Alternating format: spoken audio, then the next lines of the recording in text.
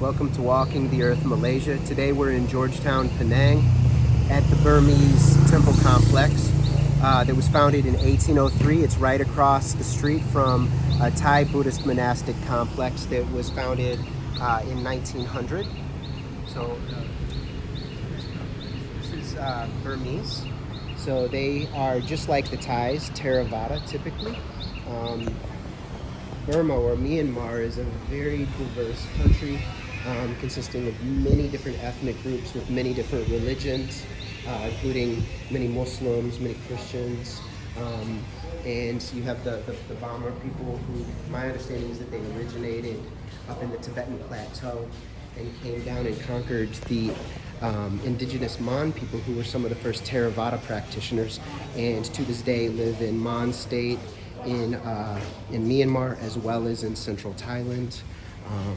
So when we see somebody sitting Burmese style, my understanding is that's actually Mon style, and the Mon people made a tremendous cultural and religious impact upon Southeast Asia, and very influential.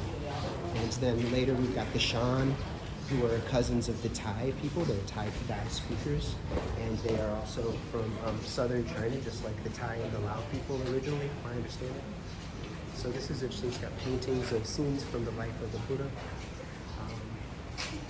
Here is the main shrine.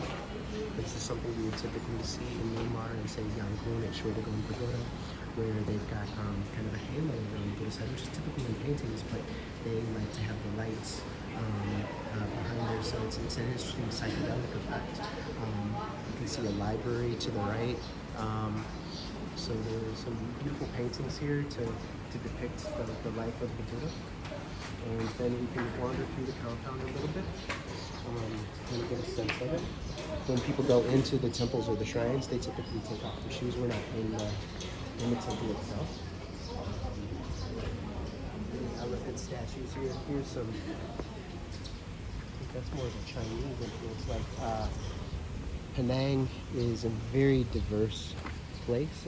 It had been under Thai rule for a period of time. I believe the many European groups had set up base here. The Dutch, the Portuguese, the British, hence the name Georgetown. So here we've got a globe, two protector deities that are hybridic. They look part dragon, part bird, part elephant, part deer or stag. So here you've got, so Penang is very diverse, and it has large populations from, I believe, southern China, from southern India. It's very diverse religiously, in terms of, like many, wandering around here, you'll see many Christian churches. There used to be a Jewish community. There are many mosques or masajid. People typically practice Islam within the Shafi'i school. And here, this is a Theravada compound, so their scriptural tradition would be Pali. And I'm sure if we were here at a different time of the day, we would hear Pali chanting. This is very Burmese here, and Shan, it's typical of what you would see in Chiang Mai up in Thailand. Not this one. This is I'm not sure where this stupa originates. I do know that when you travel in India and you go to the Buddha lands, the middle lands of Bihar and eastern UP, you will see there's this place near Patna called Vaisali, and then not far from there is Kesaria. Now Kesaria used to be the largest stupa in the world and had an impact on the design of, I believe, the UNESCO site in Bangladesh, in northern Bangladesh, in Rajshahi, which had an amazing stupa and temple compound.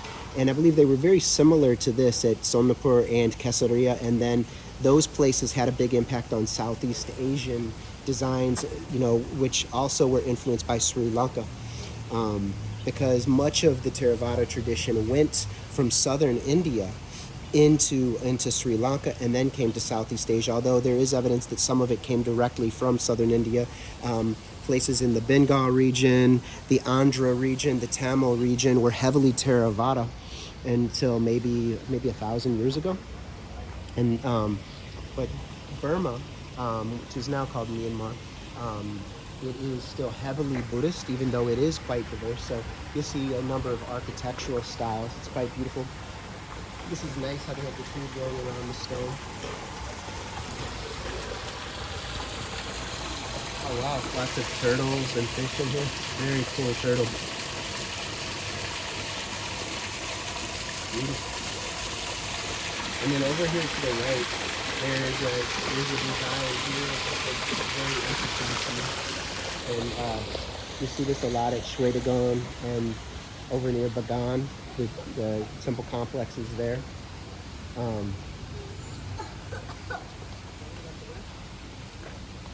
So this is basically okay. So just give some kind of basic history of the location. It's a nice little monastic complex. And then it looks like there's another stupa off to the left behind. Lots of plant life here and fish and turtles. So it's a little oasis in the city. There's the vihar, or the monastery, to the back, where the monks and perhaps nuns live. Although I believe in the Theravada tradition, with only a couple exceptions, the tradition of ordaining women as nuns died out quite a long time ago. And there are nuns in Eastern forms of Buddhism. Oh, there's some giant fish in here. But in the Theravada tradition, it died out, and like most Theravada groups have been resistant to allowing nuns. There are lay nuns who take a few vows. They wear all white. They will, and they'll practice meditation. They'll practice a certain number of the precepts, more than the average lay person would. But they might chant some Pali and do some meditation. But they don't have as many rules as the original nuns. So, also my understanding is that in the Burmese tradition, they wear a different color robe than you would see among, say, the Thais and the Lao.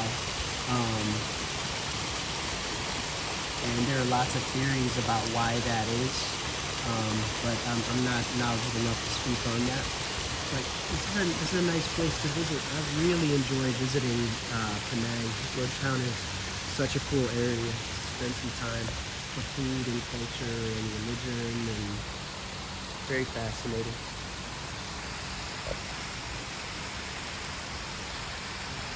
So I guess we'll walk a little bit more and just take a quick look at the Viha and get a sense of it before we conclude. So there are many flowers on the trees and around this area right now. Very nice designs. I wish that Myanmar was more open right now. It was for a while, and so it's interesting that in the statuary of Burma, it seems like a lot of the monks and the Buddha are depicted in kind of like alabaster, or very almost luminous white. As opposed to depictions in other countries. So my understanding is the Buddha himself wasn't depicted for the first 500 years that the Buddha Dhamma was spreading. He didn't encourage images in statuary. Those are later developments. My understanding is it happens during the Gandhara era, when many Greeks in Central and Southern Asia converted to Buddha Dhamma, or the Dharma.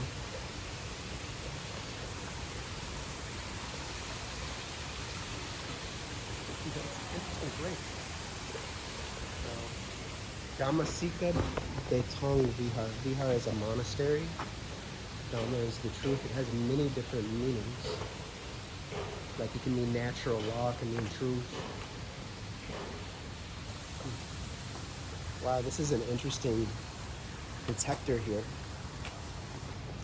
It's almost like a vajra he's holding, similar to what Indra and the Tibetans hold, a lightning bolt. Sort of he's holding a ball of the world. I don't know. Very interesting. It's a colorful place, lots of different design elements. It's well taken care of. I'm not going to get to go to Myanmar at this point. I did go briefly for about a week many years ago, and I went to Bagan and Shwedagon, and that was a pretty amazing experience. But I would like to go for a longer period of time and travel more extensively. So I guess for now, this is going to have to be about the extent of it on this trip to Southeast Asia. But it's a very fascinating place. Tell us about what areas of Burma or Myanmar you would recommend visiting the next time I get to go those areas. Or if there's any interesting documentary or movie that's connected to Burma that you might recommend to learn more about the culture, the religion, the history. Very interesting textures all over this building. All right, everybody. Be peaceful, be happy.